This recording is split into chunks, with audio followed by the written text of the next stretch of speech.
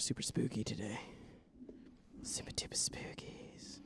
I don't know how this looks on camera. We're just moving things. Just turning them around. We're just turning things All I did was around turn them around. so we can't see the sense. Or we can see the sense. I can see the sense. It's an autumn walk. I can see Promenade de autumn. Promenade de autumn. Promenade. Toasted pecan and cinnamon. Cinnamon. Pecan grillé et cannelle. Why is it also in French? I don't know. I don't know why they picked French. Look at this, though. This looks delicious. Does promenade mean walk? Yeah, I'm assuming. So the promenade, The promenade is the where walk. we go see movies, is just walk. This Because is you do the walk to go like see the stuff. Yeah. Makes All right. sense.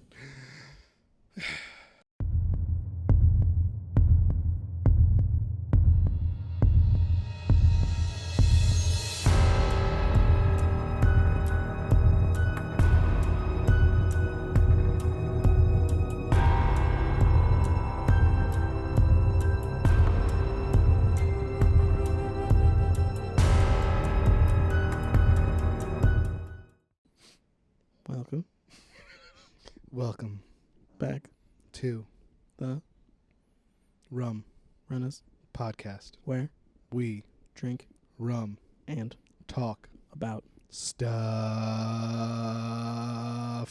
I'm Jared, I'm Kyle. and we're back for another week to talk to you. Really, this is different than every other week. I can't really say the same thing Why? because it's Halloween time and it's spooky. Halloween time. We getting spooky. Spooky time. Spooky. We harmonized for a second There was a weird note of harmony. I wasn't expecting, actually. I was like, what was that? There's some ringing in my ear. People are going to be like worried about that noise. That's because it's spooky. Spooky. Gotta have the runs. I mean, like vocal runs, not like have the runs. That would be spooky. That would be spooky. Spooky. You'd see our faces change really, really quickly. Oh, shit. Speaking of that, fan favorite, and by fan favorite, I mean our favorite, Drink is back. Check out 2 Drunk Dads, show before the show. Where I do that thing that I was supposed to always do, tell everybody what we're drinking. But it's Cinnamon Toast Crunch cocktail. Cinnamon Toast Crunch. Cinnamon Toast Crunch. I tried to touch a glass, but I forgot we have coasters. Yeah. So what we're going to be doing this week is a little bit different than normal. What we're going to be doing is we're going to have basically what was normally story time with Jared is now going to be story time with Jared and Kyle. We're going to call this Story Time with Jared and Kyle. That's such a good name. Such a good name. It's like it had all the actually, allure you know what? of story time with Jared, but with Kyle. Story Time with Kyle and Jared. I think that sounds nice. Alphabetical order. A, B, C, D, E, F, G, H, I, J. Damn it! We're going to read CreepyPastas. Yes, we are. Creepypastas. They're like regular pasta, but And if you creepier. like this, because I like doing this, and I like creepypastas, and I like listening to people read creepypastas, if you like this video, maybe we'll do more. Yeah. It could become a whole thing. There's a thing that was planned we never got to, because you don't like our videos. What?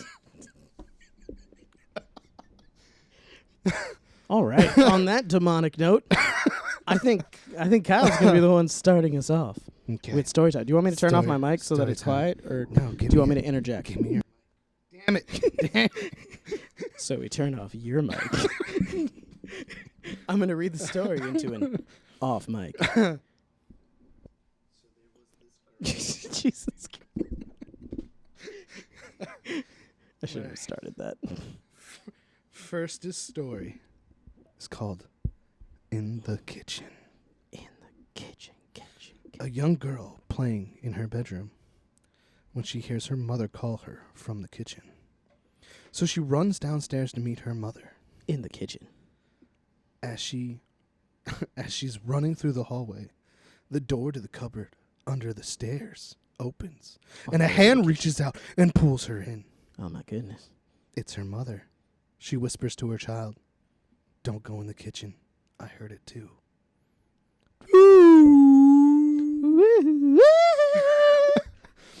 See, I told you it was a good two-sentence story.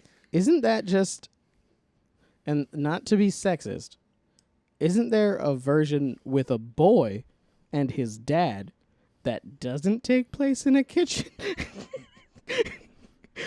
I don't know. It is the boy goes in. The boy's in his room. The dad leaves. Oh yeah, there's a closet And one. Yeah. And he says, and the boy calls him back. Says, "Daddy, there's something in my closet." And it's the boy in the Oh no, closet. there's something underneath my bed. And then when he looks under the bed, it's his son, and his son goes, "Daddy, there's something in my bed." Yeah, that totally is one. Yeah, Oh, so man. they just made a more sexist version. Just ruined the of story that that I read and story. took all the creepiness. So I'm just saying. ruin it. Read your story. My story's longer. And it So, has mine's it, wider. it has a title that resonates with us as a channel. I'm a kid. Ghost. Written by. You didn't say who yours was written by. I didn't have a name. Oh, okay. Well, then look it up. I Googled It's- mine and it's I on just looked at CreepyPasta. images. It's on I didn't actually go to the creepypasta.com. website. I didn't go to that website. Just look it up. My next one I went In to the the kitchen. website. Written by Johnny I'll do that Strange, later. a.k.a. Strange as We. Strange as we. And once again, Do you think his last name's really strange? estimated reading time is 3 minutes. Ooh. Read fast, bitch. But I would. Wait, is bitch okay? Bitch is fine. We've already talked about PG-13, bitch. PG-13, bitch. I'm a ghost. It's going to be interesting with all the ads. It makes it go slower. You'll float too. It's that time of year again. Another stupid Halloween night with a bunch of stupid kids breaking into my house just to prove they have the balls to enter a haunted house. Well, I'm a ghost. I'm a ghost. Or at least, that's what they call me. I'm not entirely sure what I am. I just float around this You'll empty float too. house. Huh? Yeah, like a red balloon. When no one is around. But when people are around, do you float also? To keep me sane, I also write this diary of mine. It takes a lot write of if you're a ghost. the What does he write on? ghost pen. Ghost pen, ghost diary. It takes a lot of effort for me to manifest myself in order to touch physical. Oh, he explained it in the next sentence. Physical things, but it's totally worth it. It might sound mundane to you, but I actually enjoy my time here. It's very peaceful. Until damn, went too far. Until a bunch of stupid kids decide to show up every dang Halloween each year, bringing 1 or 2 new faces. This year was no exception. The first one to enter was a familiar face, a chubby kid. I'm offended. Short, curly hair, cheeks splattered with chocolate freckles, and flaked with 2 big round ears. Man, he hates this kid. Flanked, Flanked, whatever. flaked with Whatever. Just I don't have my glasses on either. I should be wearing glasses. that didn't make sense. Doesn't matter. It's creepy. A loud creak echoed through the empty halls as he took the first step, a.k.a. he's fat, onto the old wooden floor. Oh, no. His breathing was shallow and rapid, awkwardly puffing his chest in a sad attempt to appear nonchalant. The faint beam of his garrety mini rugged light, failed to cut through the thick darkness that is waiting to engulf him and his friends into nothing. What does that mean? Is that like a flashlight? I think so. I think he went with the exact brand so you can Google it. Google that flashlight. Google the flashlight. So it'd be creepier. Creepy. CreepyPasta. Oh, come on, guys. Stop being a wuss. Chubby taunted his friends. It's a very mean ghost. He probably died in the 50s. Are you sure this is a good idea? Let's just go and grab more candies. I don't like it here, a short but wiser kid replied. Look, Kenny, we do this every effing year. Don't you want to get laid? Probably not. What? The girls in school would totally think we're badasses. How old are these kids? 7. Besides, I have my eye on Debbie Reynolds. Isn't she the chick from Jessie? Yes. Okay, then. You don't have a chance, Or man. she's a cupcake. Isn't that a cupcake? Oh, it might be. Little Cupcakes. Debbie's. Creepy cupcakes. And I'll be damned if she isn't the slightest impress. Empress. She's an empress. Chubby gaining more confidence, increasing his chub. God damn it, Billy. Thank you. You're 12. Do you even know the meaning of getting laid? Said a tall, scrawny kid. They're 12. I was only a little older. Yes, Chubby replied unassertively. Let's just get this over with so we can all go home and stuff our face full of chewy, giant, sweet tarts. It's capitalized. A kid with huge spectacles sighed. The rest hesitantly agreed and stepped in. One of them murmured something. I think it was a prayer or something. Something. The thumping of their hearts grew louder as they ventured deeper into the dark halls. I started with their flashlight, lightly touching it so that it this is getting creepy, but not in a scary way, in like a they're 12 kind of way. He's a flashlight. You can't say Plus, maybe the ghost is 12. We don't know. This true could be Casper. Casper, the very friendly ghost. Unless you're chubby. Casper, the get-down ghost. Oh, Ish! I forgot to change my batteries. Chubby laughed nervously. His friends flipped him the birdie. At the same time, man, well-organized kids. Spooky. And shooked their heads in unison. I think they could have said shook. Shook it. Shook They shooketh. Shooketh their heads. That made me chuckled a little. What did this one score? Wait, well, he did it in the past? He was like, ha, I chuckled. Not right now, though. Yeah, exactly. That's when it happened. Fudge! Did you hear that? The tall kid whispered. Or, did you hear that? Tall kid whispered. Hear what? Stop messing around, said the short kid. Hey, I don't know if I can say that. Puss. Puss. No, puss. Chubby mocked the tall kid. I swear. Puss is fine. Puss is fine. I swear, one more word from your big fat mouth. I interrupted the tall kid with a light whisper. Get out. Get out. Get out. Get out. Get out. I'm a ghost. I'll pick whichever one's best. It's mine, though. Just keep add all of them. Edit this part out. That was awkwardly sounding. His face turned pale. Go. He choked on his saliva, deciding not to finish his sentence, and ran all the way out of the house. What's his problem? Scoffed the kid with the large spectacles. What a wuss. It went too far. Common? Their name's Common? What a wuss, Common. Yo, Common's in this story. Yo. We'll just go upstairs then, and then we're done. Oh, Debbie, here comes Billy the Whitley. They're 12. Billy the Willy. I didn't know Debbie was there. I thought she was at school. Dang it, I thought to myself. It looks like the other three kids couldn't hear me. I was low on energy. It takes a considerable amount of effort, even for a whisper or a chuckle to be heard. Frustrated, I let out an ear-piercing scream. Yeah, I'm a ghost. I'm a ghost. Well, at least it was ear-piercing to me. Those three kids barely even noticed it. They just stopped in their tracks, listened for a minute or so, and went on. I understand that some people are sensitive to a certain frequency, and some people are not, which explains why the tall kid was the only one able to hear me. The others were completely oblivious. But I wasn't about to give up. With all my might, I forcefully willed myself into a terrifying physical form. The usual horror cliche I heard from kids.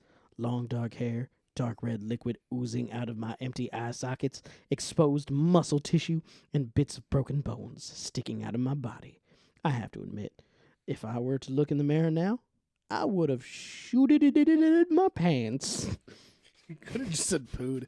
I like shooted it. That sounds like a different bodily fluid. I poopied in my pants. Thank you. It's horrifying. As they were, oh God, go back. There we go. As they were heading up the stairs, I appeared in front of them, and with my last bit of energy, I shrieked. It caught them by surprise. They screamed like little girls and ran out into the night.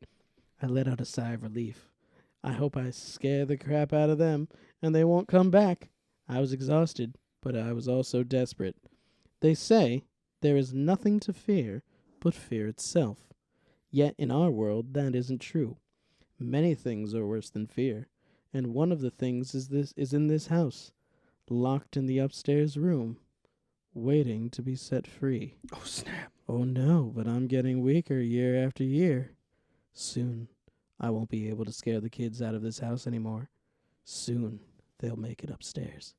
Soon, they'll unlock the door. Oh, no.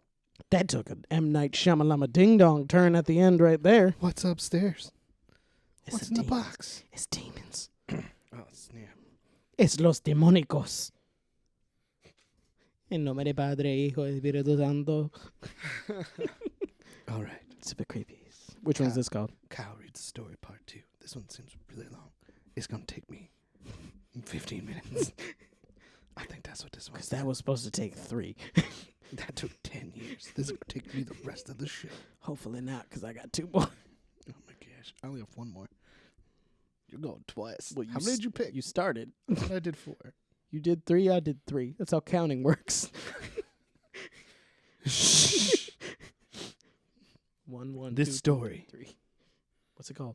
is called Why I Didn't Shower for 21 Years by Your Face. Is that really who it's by? Oh my god, it is your face. It's just spelled weird. Your face, but spelled Y-E-R weird. period face. Continue. I have nightmares where I'm trapped in the shower. The drain is plugged, and the water won't stop pouring down on me. Water rises to my ankles, to my waist, and then over my head. The shower curtain turns to glass, and my screams turn to gargles. Why does he break the glass? A dark figure presses its face against the glass on the other side Is it his mom? and watches me. I plead, but it won't let me out. I moved my mouth away from the mic to breathe. I coughed. I swallow water and flail helplessly in my glass coffin. I wake up gagging. I know where the nightmare comes from. I never have to dig deep. The incident is never far from my subconscious. Finding it is easy. Getting over it is not. That's the opposite of easy. It was the summertime of my 12th birthday when the Hudsons moved in across the street. 3 people, one of them a really old woman. It was so well written to that part. It was super serious. Up 3 people. right One of them was like an old woman. She was like old as ish. She was tiny, frail, skeletal almost. Old, thin, white hair, faded blue flowery dress. Her head hung from her neck, and it wobbled as the man pushed her up a makeshift wheelchair ramp into the house. Thank you for finishing that sentence. At the time, I was gonna no matter what. No. When the man pushed her. At the time, I couldn't figure out if she was alive or dead. Oh my goodness. A few minutes later, she appeared in the upstairs window, sitting in her wheelchair. She was directly facing my bedroom, and I cautiously peered out from my bedroom curtains. From behind my curtains. I guess I didn't need to fix it. It was still fine. Her head was upright now, and she started to stare at me. Just stared, Was it wobbling? without moving her head an inch. Oh man. I closed my drapes. Thought they were curtains. Those are different. You get your freaking what are they called? Window fixtures correct. Blinds. For days, she sat at the window. She watched the cars putter down on our suburban road and gazed at... When I accidentally turn this off again. Gazed at the neighborhood kids scurrying hold it. through the yards. I can't help it. I have to. Hold down here. Shh. I never saw anyone else in the room. Never saw her move from that wheelchair. At night, I'd nervously peek through the crack in my drapes. Her silhouette was still in the window, lights off, staring out into the darkness at my bedroom. I couldn't... That would scare the shit out of me. But that would, because like, just this lady has not moved. She's just staring at your bedroom. It's because she's dead. Always. I don't think so. I don't know. We'll find out. She's dead. They left her there dead. I couldn't tell. Why is he afraid to go in the shower? None of this is explained in the shower yet. I couldn't tell, but I knew she was watching me. The story is about her cropped up, pretty No, that's what it says. The stories about her cropped up pretty quick amongst my friends in the neighborhood. Oh, okay. That she was a witch. A witch. That's not a whole sentence. That she was just a doll. That she was actually dead. But I knew she wasn't dead. Sure, I never saw her move from that window. But she Not might have been a once. witch. And I never saw her turn her head, but I felt her eyes move as they studied me. I could feel her watching me. Painting's eyes can do that. All alone in my bedroom in the middle of the night, with my drapes firmly shut, I'd wake up and shudder. Her eyes were on me. I just knew it. Did he touch himself? She was his Covenant Eyes ally. Shh. I began sleeping on the floor. Why? Your blinds are closed. No matter where you sleep, it doesn't make a difference. I began sleeping on the floor. She can equally not see you. The lower I was, the better. Maybe she couldn't see me if I was on the floor. Why don't you just go to the first floor? Did you wear, like, floor camo? I told on the floor. I told my parents that the old woman across the street was creeping me out. I pleaded with them to talk to the Hudsons and ask them to move her to a room without a window. This poor old lady. They laughed and told me to let her live out her twilight years in peace. She was just watching the street, they said. And that probably made her feel happy and feel younger. Are you just going to stick me in a windowless room when I'm an old lady? My mom laughed. Yeah. Remind me to move in with your sister when I'm in a wheelchair. A week later, there was some commotion at the Hudsons. I watched from my bedroom window as the man ran out of the house and opened up the double doors to his van. He jogged inside and reappeared minutes later, pushing the old woman in the wheelchair down the ramp. She looked frailer than before. She couldn't have weighed more than 70 pounds. Her head was flung to the side, resting at her right shoulder. Her body jostled in the wheelchair. He's really good at estimating. But her eyes never left me. Watched me the whole... This person is super self-centered. I was just about to say, that dude's mad arrogant. She's dying right now, and he's like, she's still watching me. Watched me the whole time. The man picked her up and placed her in the car. He folded the wheelchair and stuffed it in the trunk. He quickly hopped into the driver's seat. The younger woman pounced into the passenger seat, and the man put his foot to the pedal. The old woman limped her head, still facing me. It bobbled up and down as the van reversed down the driveway. I studied her face. It was expressionless, emotionless. I think he was in love with this old woman. Her tongue slightly hung from the right side of her mouth. But her eyes were on mine, and they stayed on me. The van accelerated down the street, and it was gone. My parents heard the news that afternoon from other neighbors. The old woman's condition was getting worse, and the Hudsons had taken her to some sort of home.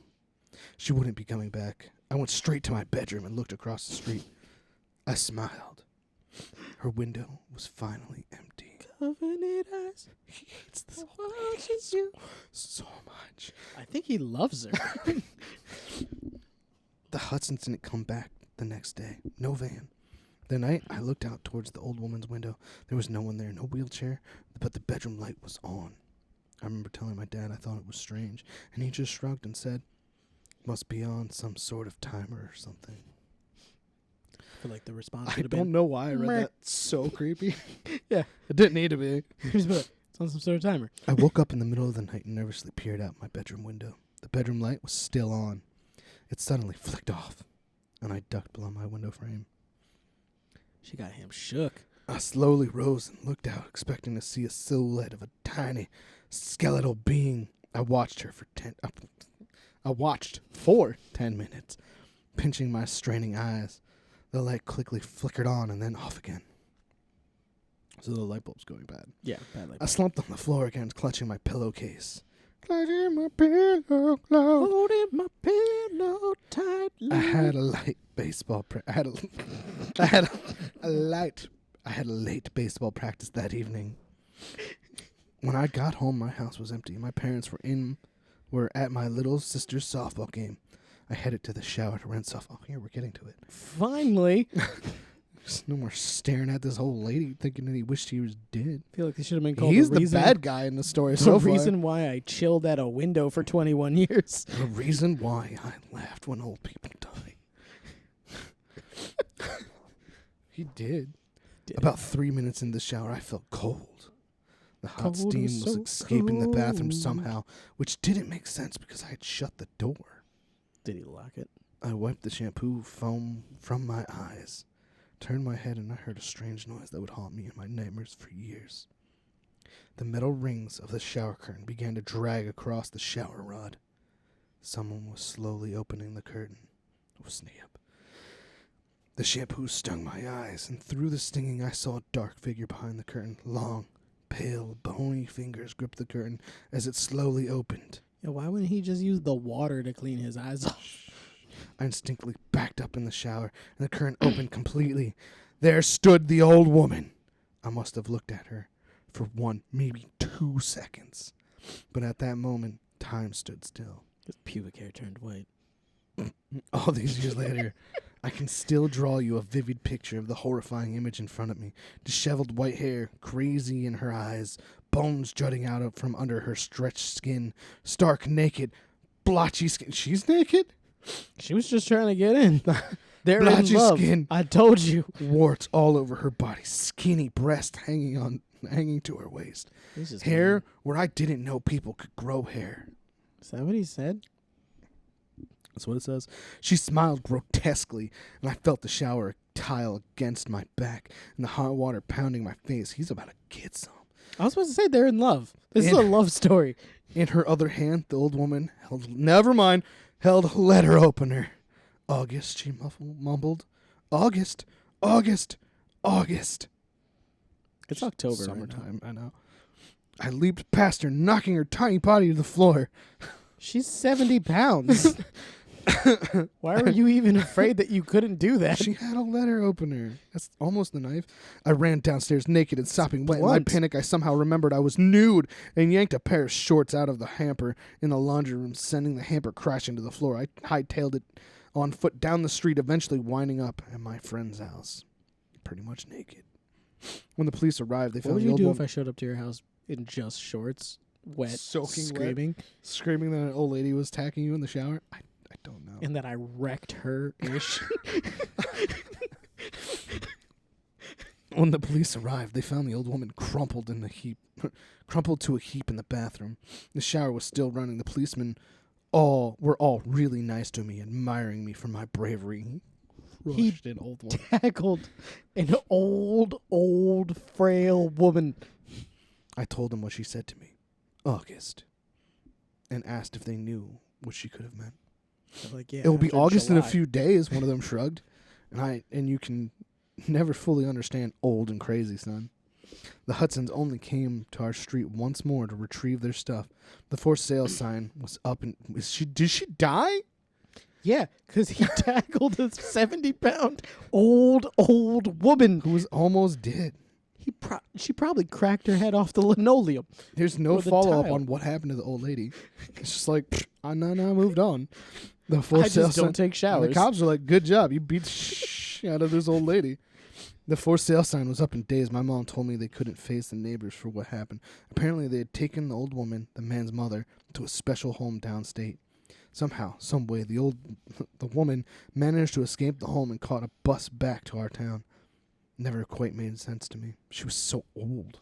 So frail. It just reminds me of freaking Billy. No. Of Big Daddy. Yeah. He's so old with your old balls. Now I lost my spot. Because she was so old. That was what you said. She was so old. Catching a So frail, so helpless.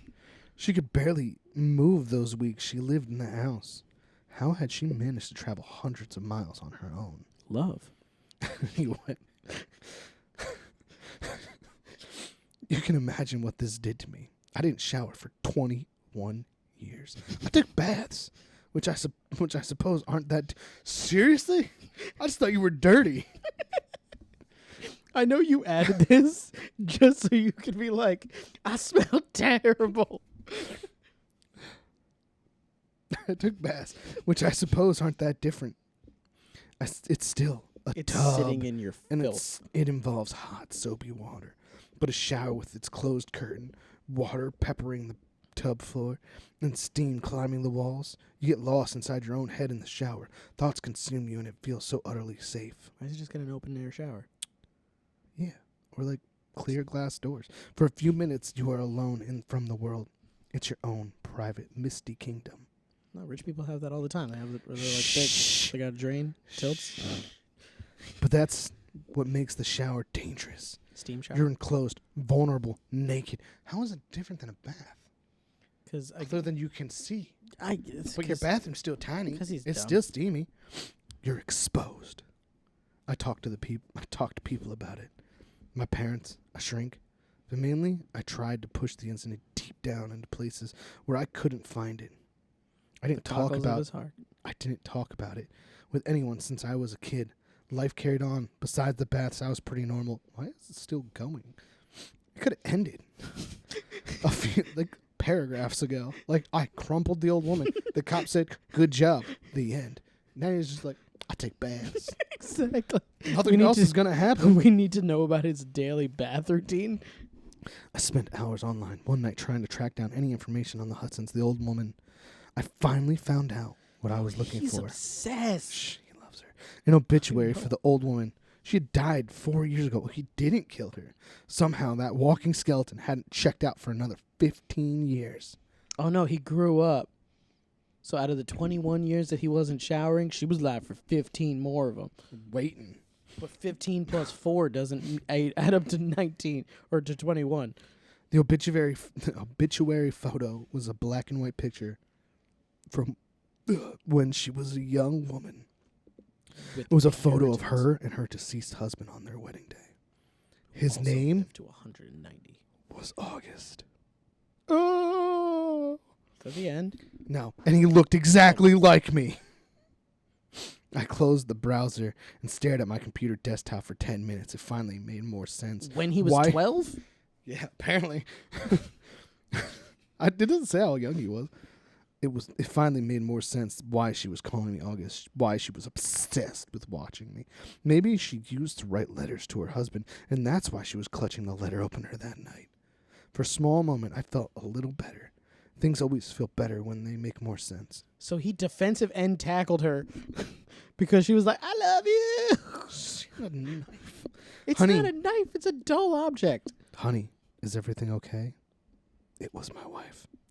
I think so, I said. Why is this still going? Why does it say it was my wife and not my wife asked? I took the first shower I had taken in years. That night, I didn't even jump when the curtain rungs dragged across the shower rod and my wife entered. But as she embraced me under the hot water, one question wouldn't leave my head. How come the young woman in that wedding photo looks exactly like my wife?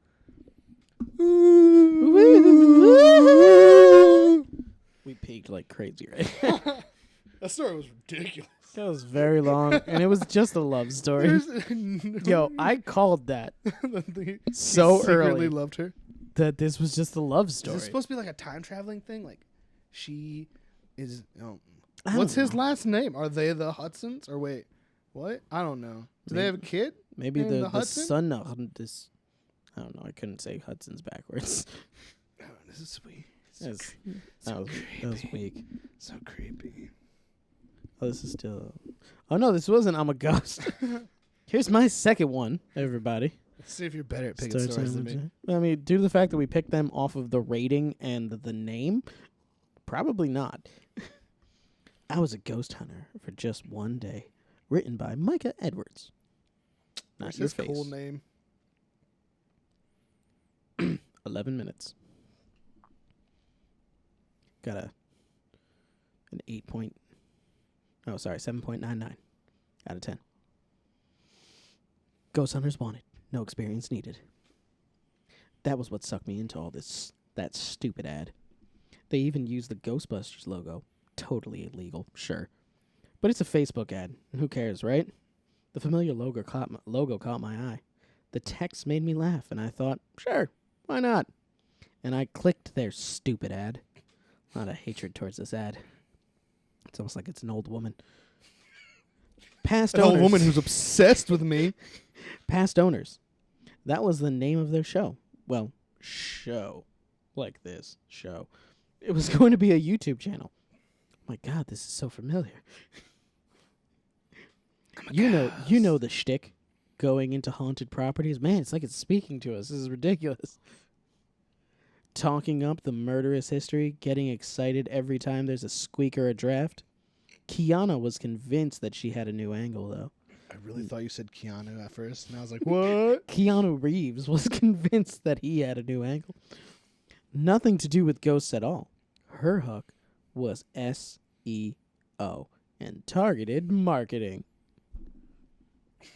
She was fresh out of some ad school and full of ideas about how to reach untapped markets and build a following.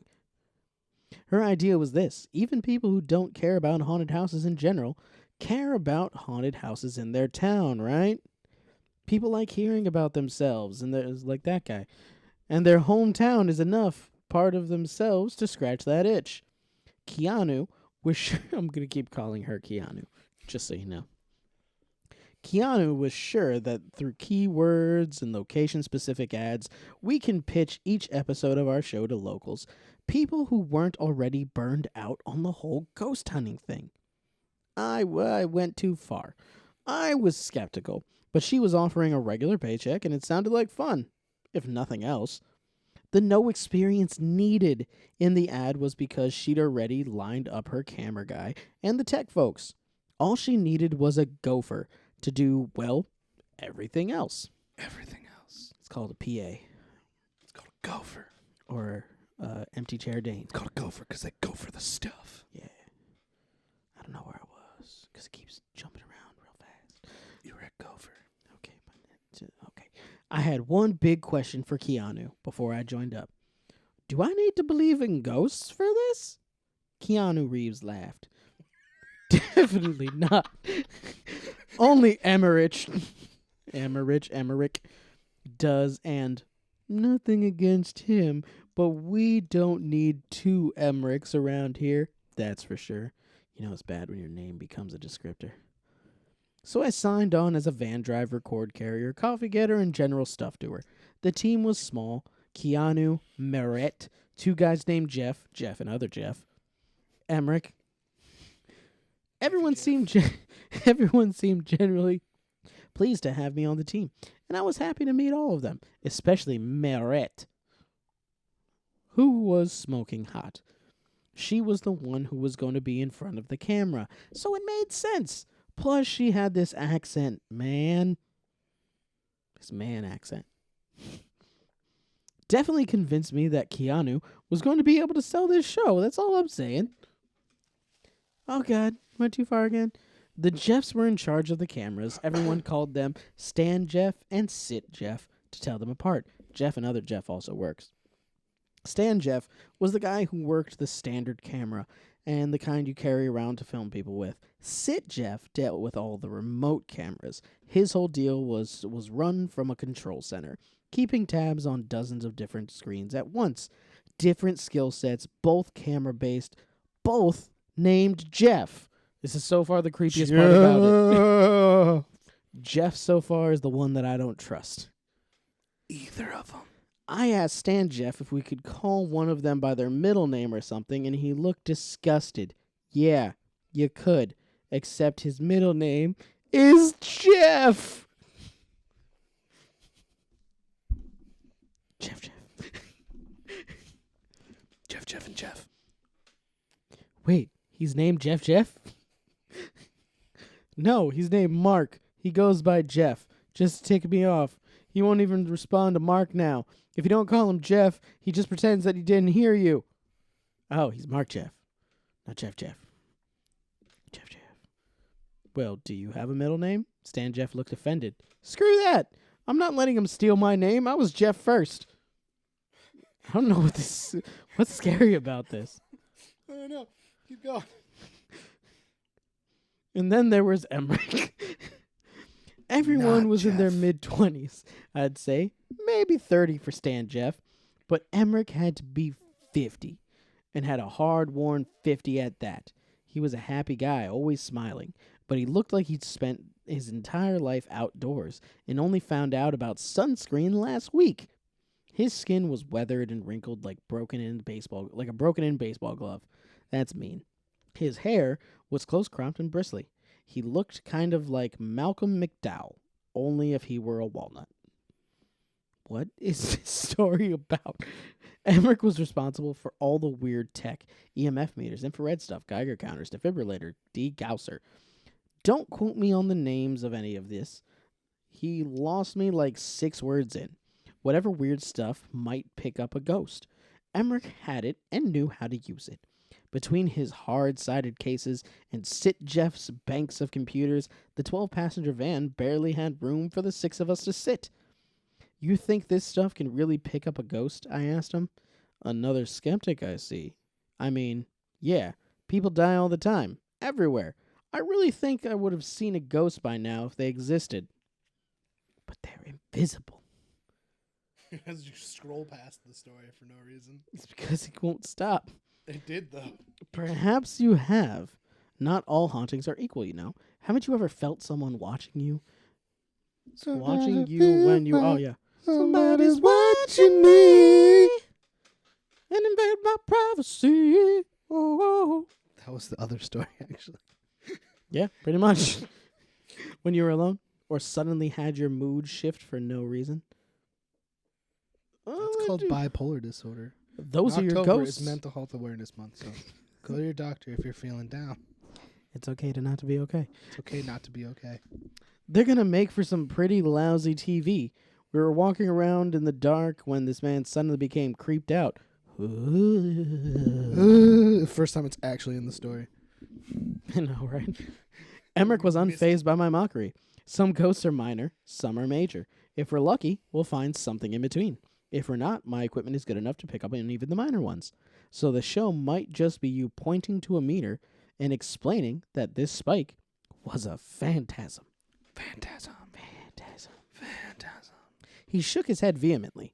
I choose the ones with big words and like vehemently and phantasm. I choose the one with a boy who was obsessed with an old lady. Jeff.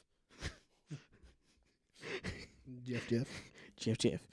Trust me, we see a phantasm, you won't need any explanation from me. Like I said, not all hauntings are equal. I don't know why I gave him this accent now, but this is his accent. Your standard phantom?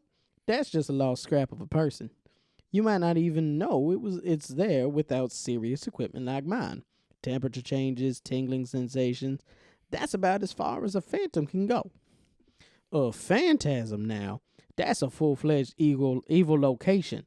It's a space-bending, time-dilating, hallucinatory murder waiting to happen. Phantasms are sentient and sadistic.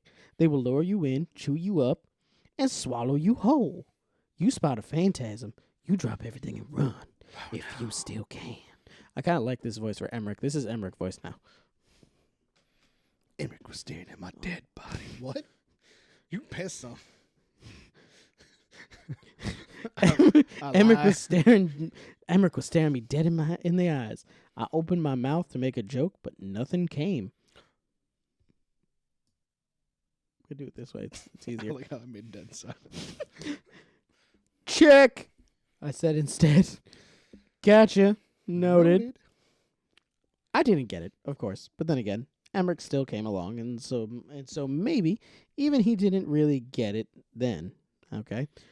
I might have read that wrong, but These aren't published, so it's fine if they're okay. weird. It was our very first location. Keanu had found this amazing place outside of town, a full-on mansion called the McDermott House. It had some kind of intense past, 150 years old. McDermott. Sorry. Mick is just a C. Sorry, McDermott. There's an A. And since old man McDermott murdered his whole family and stuffed himself up the chimney, what's Santa? Ghost haunted the attic and stared out the window forever. I don't know. I wasn't listening. I mean, I was listening, but Marette was reading, and so actually I was just listening to her accent and imagining other words. I know what you're imagining, you dirty, dirty man. Touch me. I kept the van on the right side of the road and got us to the McDermott house without incident. So whatever. I think I did fine. Oh, God. How much left? I have no idea. This is way forever. more than 11 minutes. The setup went like setups do. Emmerich and Sit Jeff and I hauled heavy stuff into various locations around the house and ran cables inconspicuously as we could. Stan and Jeff got a bunch of shots of the outside of the house and then filmed Moret talking about the history of the place. Keanu helped Sit Jeff get everything up and running, supervised Stan Jeff's camera work for a bit, and then probably took a nap or something. I don't know what producers do. She wasn't helping me haul equipment. That's all I know. Once everything was set up, we all ditched and went out to a nearby pizza joint to get dinner. Keanu wanted to wait until sunset to get started. So we ate dinner and You are cracked jokes. skipping periods like it's like they're It's not what it there. is. For one thing, my vision's starting to get You're just blurry like, at this point. all 11 the minutes, next man. one. So we ate dinner and cracked jokes until dusk and then headed back to the house. Stop going so far. Just do it normal. Your scroller is apparently super sensitive. It is. Once everything was set up, well, no, that's what I just read. No, yeah, that's what I read. Sid Jeff parked himself behind his display of monitors and declared that everything was rolling and ready to go. Stan Jeff and Moret took a thermometer and an EMF, took a thermometer where? And an EMF meter and wandered off to film in various rooms. Emmerich had me grab some of the more esoteric machines and follow him off to take surroundings or something. Keanu was off on his own. I gotta remember to change the his. On her own. Let it keep being at her. Okay, on her own. I thought at the time, looking back, it was probably already too late to save her, as in Keanu. Emmerich and I were down in the basement when that's foreboding. She dead? All right, he just gave away the ending. Why was he already like, she's dead? Like, what? Emmerich and I were down in the basement when my walkie-talkie cracked to life. It grew legs and arms and was like, I'm a sentient thing now. Are you guys there? Basement camera 4. I flashed my light up to the wireless camera we'd fixed to the wall earlier, reading the tag. Yeah, 4. Now, whoop. The walkie cut in and out erratically, fizzing with static. Here, but I waved my light at the camera again. See the bright light? That's us. Nothing but static came from the walkie. So I took a picture of the camera and I texted it to Sit Jeff. Moments later, my phone buzzed with a response. It was a photo of the camera bank centered on the monitor labeled Camera 4. It showed an empty basement room, the same one we're in. Is the finally getting the creepy? I glanced over at Emmerich's machines, which were completely silent. Emmerich was tapping on the walls. Both of us were completely visible to the camera. Ha-ha! I wrote back. That was probably ha-ha. I like, ha-ha! Early picture, very funny. Text me if anything's really going on. On the walkie, I said, basement's looking quiet. Stan, Jeff, Moret, anything up where you are? Come up, said a voice on the walkie. It didn't sound like either of the Jeffs. And it definitely didn't sound like Keanu or Moret. Oh, no. Jeff, that you? Come up. Come up. I mean, probably just like, come up. Come up. I looked over at Emmerich, who shrugged. Nothing down here, he said. We were almost out of the basement when Emmerich paused.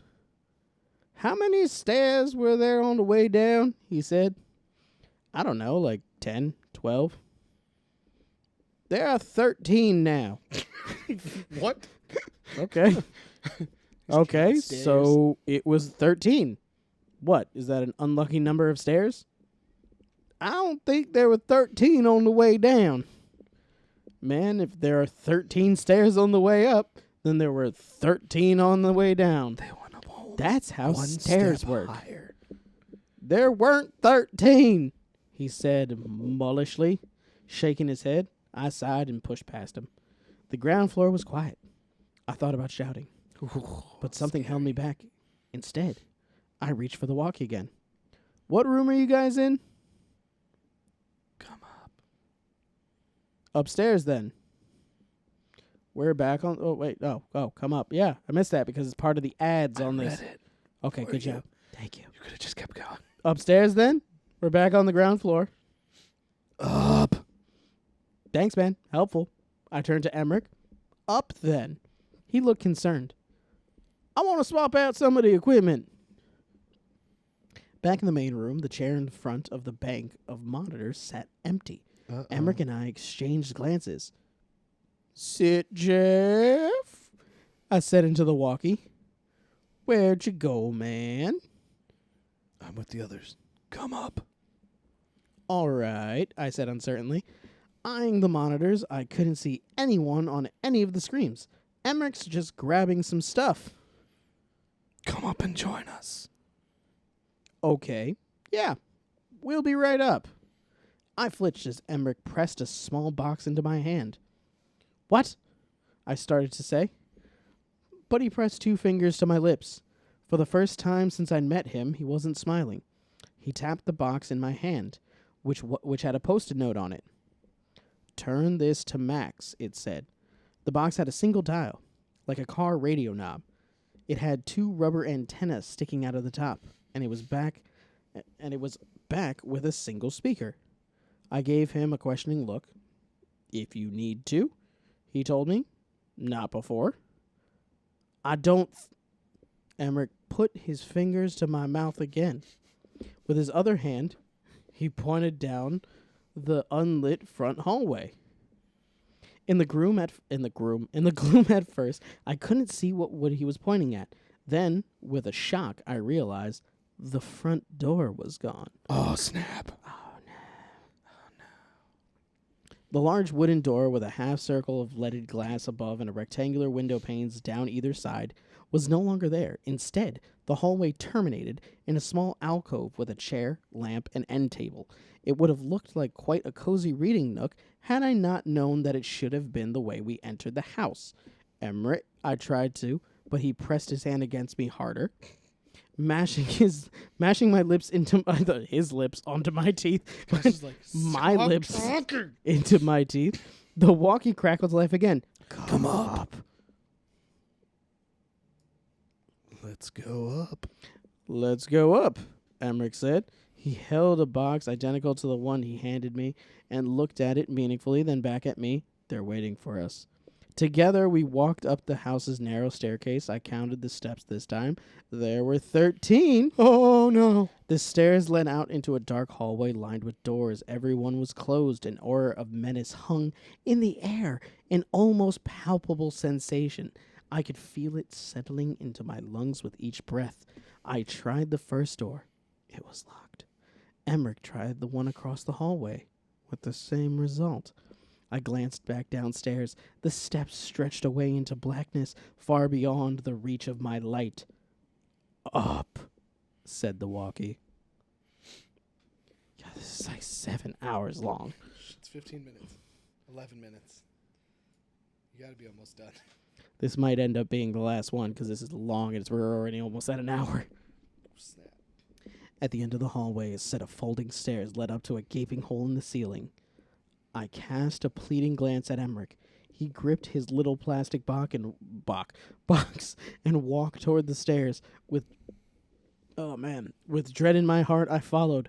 The attic was dusty, black, and silent. Our lights were barely seemed to pierce the air. I had to stop. My brain was slowing down for a second there. Sorry. Pierce the air, illuminating mere feet in front of us. A splintery wooden floor stretched out beneath overhanging beams. Boxes and discarded furniture were strewn erratically about. Oh, good. Oh, good. This is a creepy voice. Creepy guy. Oh, good. There you go. Said a voice. It came from the walkie, but also from above, behind, and all around us. Creepy voice. You've come to join us. The walls heaved, then, spitting out a darkness with tangible form, I dove for the stairs, fully willing to crash headlong down them, but instead skidded off bare wooden planks. Laughter echoed as I scrambled to my feet, searching desperately for an exit that was no longer there. Behind me, heavy footsteps thumped across the floor, and static crackled. What? No! No! Shouted a facsimile. I hate that word, facsimile of Sit Jeff's voice, and I whipped around but saw nothing. Instead, a hand caressed the side of my cheek, and I heard Moret's soft voice in my ear. We've been waiting for you. A rough hand grabbed my other shoulder, then spinning me away. Up, move, shouted Emmerich, pulling me to my feet. He dragged me across the attic, our footsteps drowned out by the cacophony of voices calling out from around us. Phantom hands grasped out at my arms and clawed at my face, but Emmerich's presence was more solidly real than any of them. Was there an attic window? What? I don't know. Maybe. Think! Emmerich towed me in a circle, the attic closing in around us. When we had first come up here, it had stretched out in every direction. Now we were tipping over boxes with each step, and I can see all 4 walls with a sweep of the light. When we pulled up, did you see a window? A dormer of the house. A circular pane at the top. It doesn't have to open. It just has to be there. Think. God dang it. Freaking Nixon now. The walls were closer now, no more than 2 steps away. They were closing in, forming a coffin. There's no window! That's just how he is. There's no window. There's no window. No windows. There were no windows. No windows. None. No doors. There were no doors. No doors. No escape. No escape. Not is, was. Was there a window? I don't. And then a scrape of memory caught my attention. A piece of the house's history that Moret had been reading in the car. The ghost had been seen in the attic window. I was sure of it. Sure, she'd said it. Yes. Yes. Toward the street and attic window. Then run! Run! And with that, Emmerich shoved me away from him. Get out of my way! Run! Dropping his flashlight to twist the dial on his little plastic box to the max, as feedback squealed forth at an ear-shatteringly painful volume. The walls around us wavered, and for just one instant I could see moonlight streaming through a window. I charged for it, twisting the dial on my own box high. That sounds dirty. A tortured electronic scream shrieked forth, holding back the walls as I dove bodily into the window, smashing through it into the wide-open night, 25 feet above the ground. Yo, you're going to die. And that's how I died. I don't know how I survived the fall. The ground was soft enough, and I landed just right, I suppose. If you count 3 cracked ribs, a broken ankle, and a broken elbow just right, anyway. I do. I didn't even feel the grinding bones until I was back in the van, jamming the keys into the ignition and slamming my broken ankle onto the accelerator to get away. Did he wait for anybody else? No. And even then, I didn't stop until McDermott house was miles behind me, and my body was screaming at me to stop and rest. That was almost a month ago. I don't know what happened to the others. Not exactly. I saw Emmerich at the end. As I tumbled out into the air, he looked stretched, broken. His limbs were bent in unpleasant angles, and his skin pulled taut until it was starting to tear in places. But it was the look on his face that is seared into my mind, a look of horror and hopelessness and horrible comprehension, all blended into one. It was the look of a man who knows in terrifying detail everything that is about to happen, and understands that knowing will not make it hurt any less. I wonder if he knew he was saving me at the cost of himself, or if he thought that the window was the other direction, and was attempting to offer me to the house as he flung himself to safety. I don't sleep much anymore. Minutes at a time, maybe half an hour if I'm lucky, or unlucky. Perhaps because every time I sleep, I'm back in the McDermott house. Voices taunt me, bubbling up from the darkness. Hands grasp at my body, pulling me back. Hallways stretch away as I run down them, lifting doors out of my reach. And always, always the whisper. Did you really think I'd ever let you go? I think I made it out in time. I remember the glass cutting my skin, the impact with the ground. I can feel the hard casts on my arm and leg. I bit my finger for the pain. Pick away a scab to see myself bleed. I'm sure that I'm here, but then again, That's exactly the sort of hope the house would want me to have. Oh, no. That had a good ending, though. I mean, if it was a movie, Took a really long time to get if there. it was a movie, it'd probably be dope. But just reading it for that long, I think we should probably call it because it's already at an hour. We need to refill our glasses. We do. Yeah, if you can Read fill one mine. more. One more. For the lulz. I think my last story is super long, and so is your last story. No, isn't my it? last story is 7 minutes. I read my long one ahead of time. Okay. I screwed it up. Mine's 9 minutes. Mine's 7 minutes. I mean, we might be able to read both then. There's a Halloween episode. We can go a little long. Yeah, it's a special. It's a spooky episode. It's a spooky special. Okay, you go yours first. Because I really want to read the stretching party. Go for it. Let's do this. The Stretching Party. Or no, it's just called Stretching Party. Okay. By Nick Botic. Stretching's the most important part of working out. Estimate read time, 7 minutes. 6 or 7 minutos. 7.63 out of 10 from 236 votes. Oh, look at that. Let's go. Let's do this. Let's do this. All right, I'm going to do it fast this time. Woo! I'm into BDSM and bondage. Love it. We can stop there. Like that. Some people might find that weird, but I'm sure those people are into things. I guess it's not going to be that fast. Are into things others might find strange. So let's not judge. I mention this because it's important to what happened. If it gives you an idea of the kind of company I often keep. Sexy company. The kinds of places I often find myself. Sexy places. A BDSM club I'm a member of. That's where this all started. This one's starting fast to creep. Yeah, let's go. It was last weekend around 1 a.m. Saturday night. Or early Sunday if you want to be a dick about it. Is that what it says? Yes. I was just an observer for the night. In these kinds of places, one sees all manner of interesting attire. Lots of latex, zippers, chains. The man that summoned my attention and kicked this whole thing into gear was wearing a red latex suit that looked as if it was painted on. He said he'd seen me there over the past year. Okay. He said he's seen me there over the past year, and that he knew I was serious about the life we'd chosen. He spoke cryptically, and everything about his tone and his choice of words made it seem like he was almost like a BDSM purist. Like a Yoda. He commented on my piercings and tattoos, commanding me for my commitment to body modification. Commending. I don't have anything extreme. Just sleeves and a few piercings. I'm pretty sure the word was Shut commending. up. You're ruining it. Then he told me I was ready to ascend to the future. Only now. Scientology. It was flippin' weird. That's not what it says. That's the wrong edit word. It was flippin' weird, but I liked weird. So I was intrigued.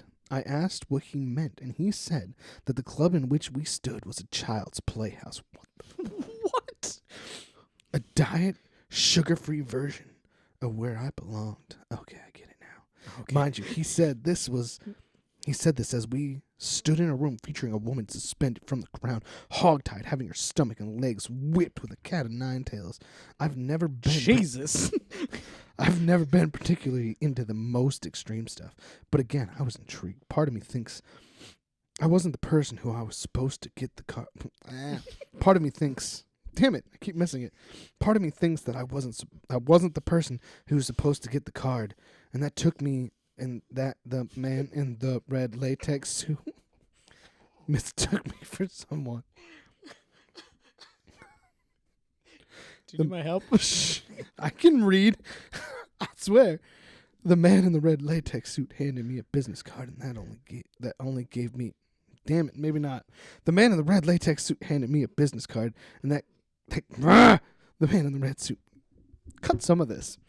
The man in the red latex suit handed me a business card that gave only an address and brief instructions. He told me to go join the upper echelon that night because I'd earned the opportunity. Are you sure this isn't about Scientology? When prompted, I was to give the night's password, Omega. I put the address into my GPS on my phone and found that it was located in the downtown area of the city in which I live. Had it been a rough neighborhood or the middle of nowhere, I'd given it more consideration, but the address was one of the largest buildings in the city, and for some reason that gave me a little peace of mind. Eyes wide shut. I know that's foolish, but curiosity, as they say, killed the cat. Killed the kitty. I left the club and went to the building. I pulled into the parking lot and drove to the 4th level, per instructions on the card. Yo, it's a very big house. It's a garage. It's the biggest building in the city. Okay, he said. Whatever. She said, house. I guess, I don't know. Once there, a valet opened my door, and I walked into the building and up to the 27th floor. Why did you walk? The hallways, that's so far. She didn't take an elevator? 4 to 27. That is too far. That's 23 floors. Exactly. The hallways of which I would be too tired to do BDSM stuff by the time I get there. I'd be like, don't spank me. I'd be too tired to sleep by the time I got there. I'd be like, I just walked my 3 floors. The hallways of which were lined with people holding odd positions, like some kind of live art installation. I was taken into a part of the building that was cordoned off, and I saw what I thought was the aforementioned upper echelon. Do you think there was someone dabbing? Shh, probably. And it looked no different than where I'd been a half hour prior, only better lit, which wasn't necessarily a good thing.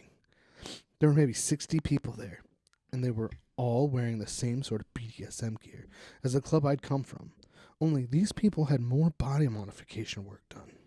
Oh, they were snake people. I hadn't been asked for a password yet at this point, so I wasn't exactly sure why I'd been sent to this place, as if it were such a huge step up from what I'd been into for years. But then the lights dropped, and 2 bowls filled with a flammable liquid that sat upon waist-high pillars were set ablaze, and a man stepped between them. The man was wearing a normal business suit, but his face had all sorts of modifications done to it, from tattoos to piercings to all sorts of bumps, to his nose having had the skin between his nostrils removed, leaving simply a nose with a large hole. Why would you do that? He gave a speech welcoming everyone. Super smeller. Welcoming everyone, inviting them to have a good time, but then he began talking about something more. This place is inclusive of all the most extreme, the most imaginative, the most different. There should be a few of you in the crowd that were given a password. I invite those of you with that password to form a line at the elevator, and we will escort you to the main event of the evening. If tonight is your first night, you should consider yourself quite lucky. You're going to witness the final product of Miss Bennett's transformation. A light applause swept over the room. Password holders, please, to the elevator! To the elevator! I did that. There's no exclamation point.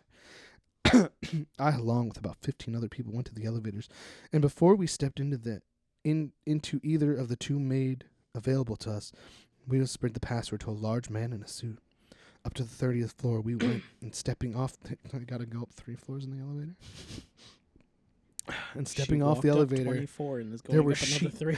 There were sheets on either side of us, creating sort of a makeshift hallway. We followed this path until we reached a large open area, at the back of which was an area hidden by yet another sheet. This one hung horizontally, almost like a stage, with its curtain pulled.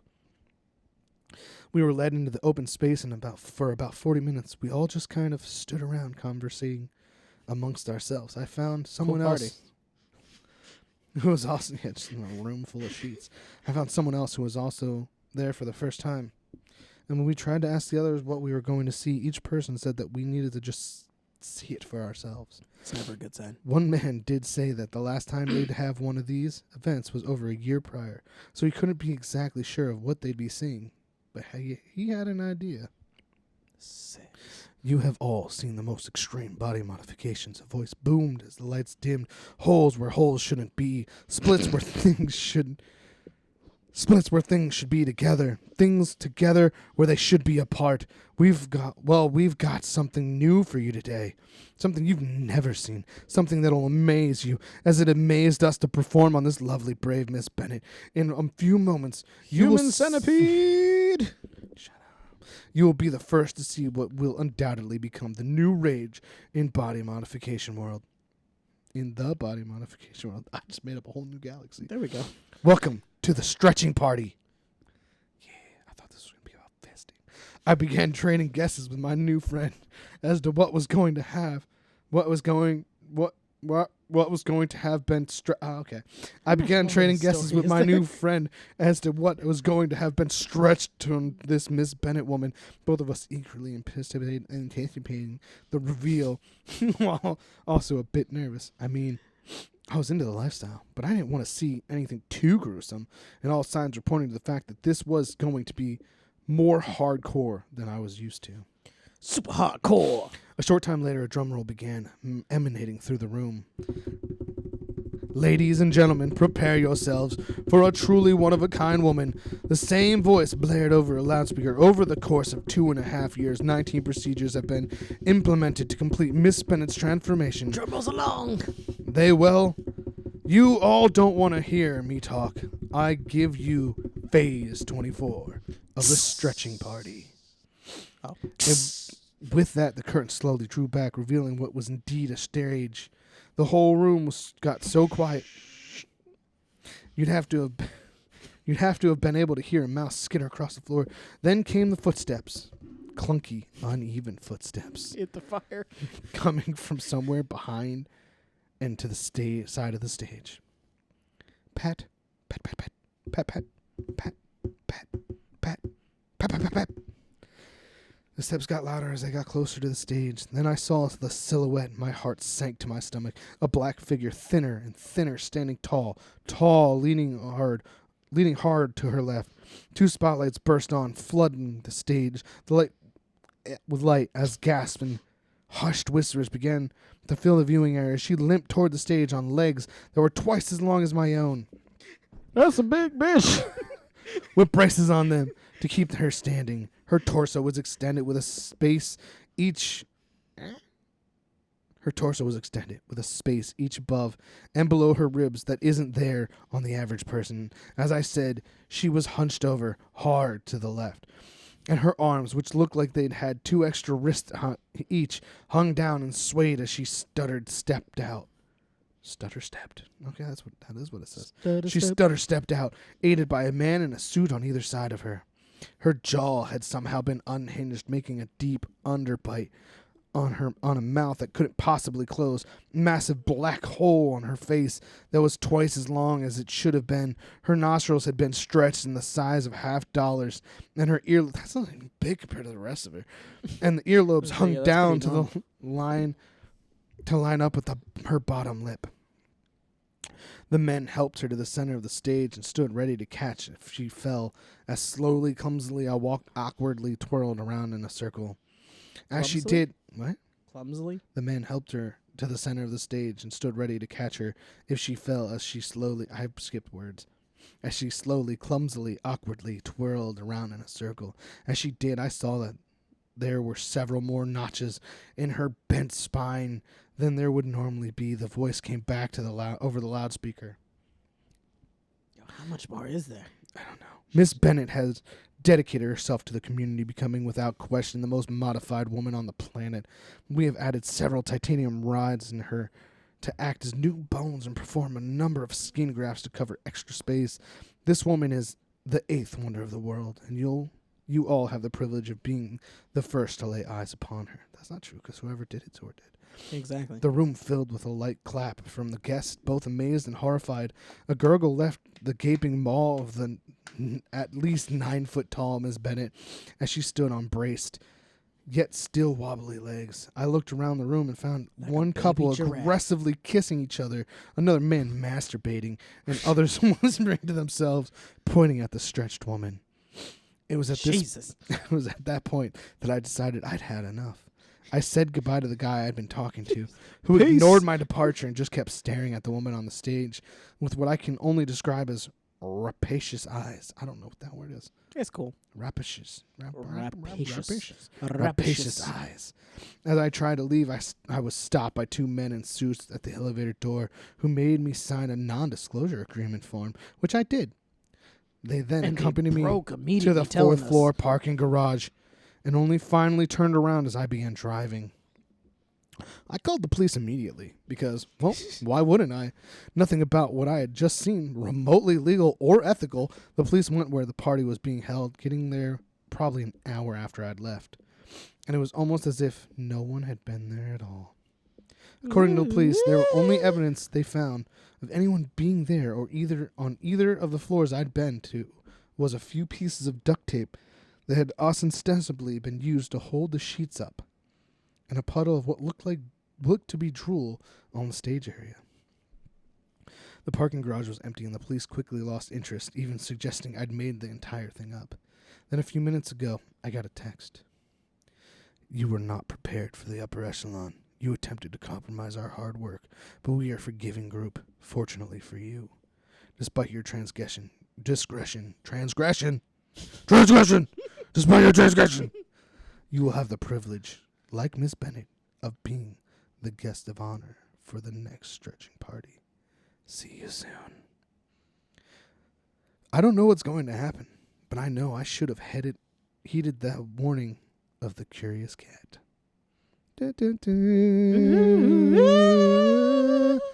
Okay, so we don't. There would have been more gaping. Yeah, we don't have much more time, so I'm just gonna read parts of mine. Read it fast. Just read real fast. Now, here we go. I'm gonna read the beginning and a part in the end. Just the beginning and just the end. It's called "Have You Ever Been to Bunnyman Bridge" by Sherman Smith. Estimated reading time 9 minutes. I'm gonna do it in 4 seconds. Well, depending on how good I can, go to, but less than 10. I definitely did not do that in 7 minutes. These estimated times are for people that are good at reading. It's also just for people that are reading, like just reading it, which is easier than speaking it out loud. Just so you know. And not adding drama. Exactly. Ready? Dude, you never heard of Bunnyman Bridge? What? Skipping to the end. The one line that I want to read. Corpses eaten. Your problem. That's it. What? That's all you get. Okay, guys, that was the episode of Creepy Stories with Kyle and Jared. Jared and Kyle, but okay. Thank you for joining us for another episode of the Rum Runnas Podcast. I hope you like this Halloween-type special by candlelight with our Cinnamon Toast Crunch. Hope you watch Two Drunk Dads so that you can be drinking this with us. And also, if you guys want to see more story time with Jared and Kyle where we read stories and stuff. If you want me to actually read it in the comments. the Bunny Bridge one, yeah. then, leave it in the comments and say that you would like to see more CreepyPasta stuff with our own ridiculousness thrown in the middle of it. But until then, boo! You can find us on Facebook and Instagram at Rum Runnas right there. See a bunch of stuff that we do before or after the show, things that we want to post, funny pictures of videos, whatever we make. we don't do any of that. Kyle's supposed to be doing that right there. If you want to follow Kyle, check it out right there. See his original stuff. But until the next time, thank you very much for joining us. Peace. Doses. See you in the next one. I'm a ghost. Stay spooky.